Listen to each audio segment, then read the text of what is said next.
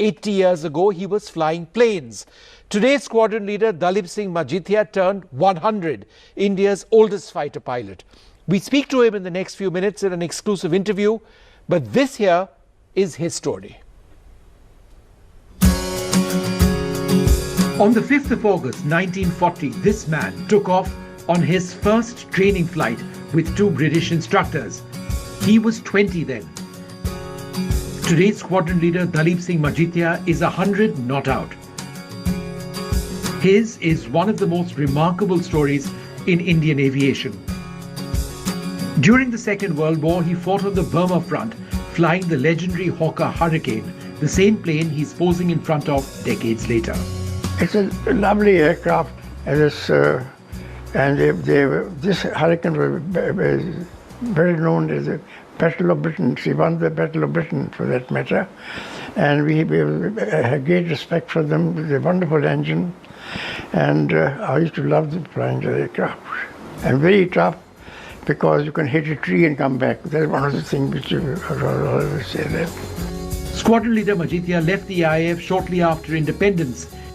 He fell in love and married Joan, an Australian, in February 47 at his family home in Gorakhpur, where the family has considerable land holdings and business interests. But the bug for flying never left him. The family went on to acquire two Beechcraft Bonanza aircraft. On the 23rd of April 1949, Majithia made history, the first landing ever in the Kathmandu Valley. I had a look at it before, and we had a good look, but there's no aid whatsoever on the ground. But my uncle had put a windsock for me to find out. His passion for aviation continued for several decades. He made his last recorded flight on the 16th of January 1979. Fitness has been a part always of Majithia's life. Golf, a lasting passion. And I'm very thankful to God for letting me out. I play a lot of golf, and I'm single handicap, hole-in-one number of times. And my last hole-in-one was last year in Nainital in the golf course.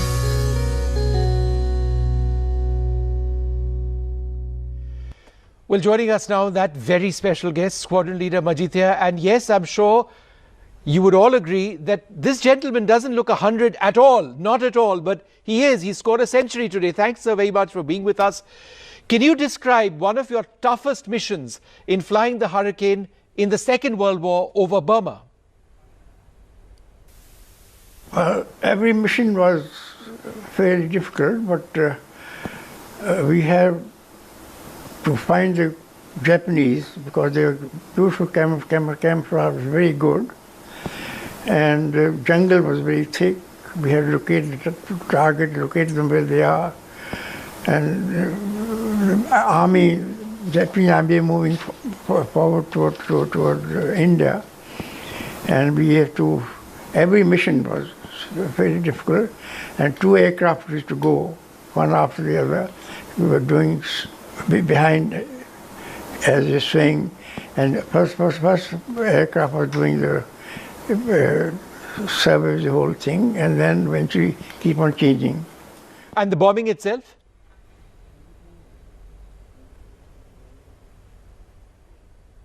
And then eventually Army cooperation mainly meant, Army cooperation means they wanted bombing and strapping, and sometimes put these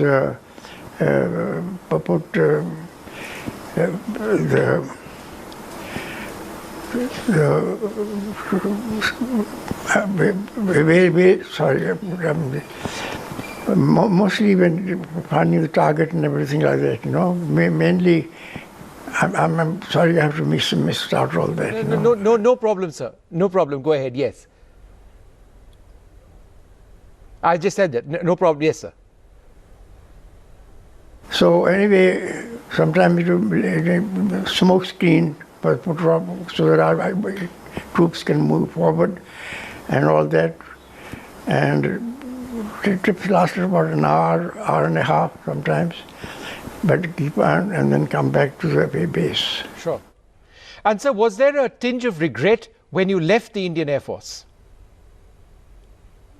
Well, there's always a very sad thing to leaving. I didn't want to leave particularly, but I wanted to, the family wanted me to leave and join the business and everything like that. But luckily, just before the end of the war, Americans sold all their aircraft, mostly in India, and my uncle bought these two L5s. And when I left the Air Force, the two aircraft were there, and I took them out. We had no mechanic sold. I had a motor mechanic looking after the garage. He and my uncle, who was senior, and he was there, and he used to come and check the magnetos and things like that. I had pictures of that also. And we got these two aircraft there, and I flew that aircraft all over the place. And luckily I had my pilot's license earlier, right. So I had no difficulty in getting into the whole thing. And do you still feel, as you're part of the Air Force, an active part of the IAF? Well, in a way, I kept in touch with the Air Force a lot, and I still feel that I'm still in it. When I meet a lot of my officers, mostly my batch people are no longer there anymore. We used to have our meeting on 1st of August, every year for some time. Then now, of course, we don't meet. And hardly anybody left, I think, of my batch. Fourth batch. From Lahore. So you were also the first to land in Kathmandu, the Kathmandu Valley in Nepal. Tell us about that experience. Well, I went to Nepal by road, by walking in horse and everything before, and I had a good look at the whole thing. And uncle, my Singh Majithia, he was ambassador, and he was very keen that for me to meet the Prime Minister, because he was very keen to start getting grain from, he said, get grain from down below for Kathmandu. So I met him, and we had a long talk with him and everything like that. He was very keen, and I gave me to have a look around where the aircraft can be made. But I suggested that why not a human being? Let's fly as a passenger, for that matter. So she left everything me to have to check up and more. And this present airfield where I landed, right? I had a look at before, and we had a good look, but there's no aid whatsoever on the ground. But my uncle had put a windsock, right, for me to find out the way to land, I mean, way to for the wind and everything. But yes, I landed there. I made 2 attempts.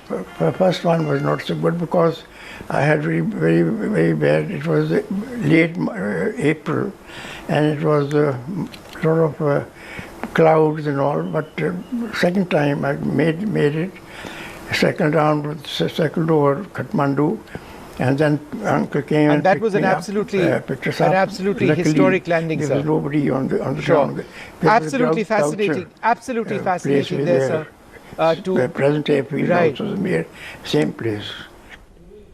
Absolutely fascinating, and thank you so much, and congratulations, and a very happy birthday to you, Squadron Leader Majithia, 100 years young. Thank you very much indeed for speaking to us. It's time now for us to take a short break. More coming up.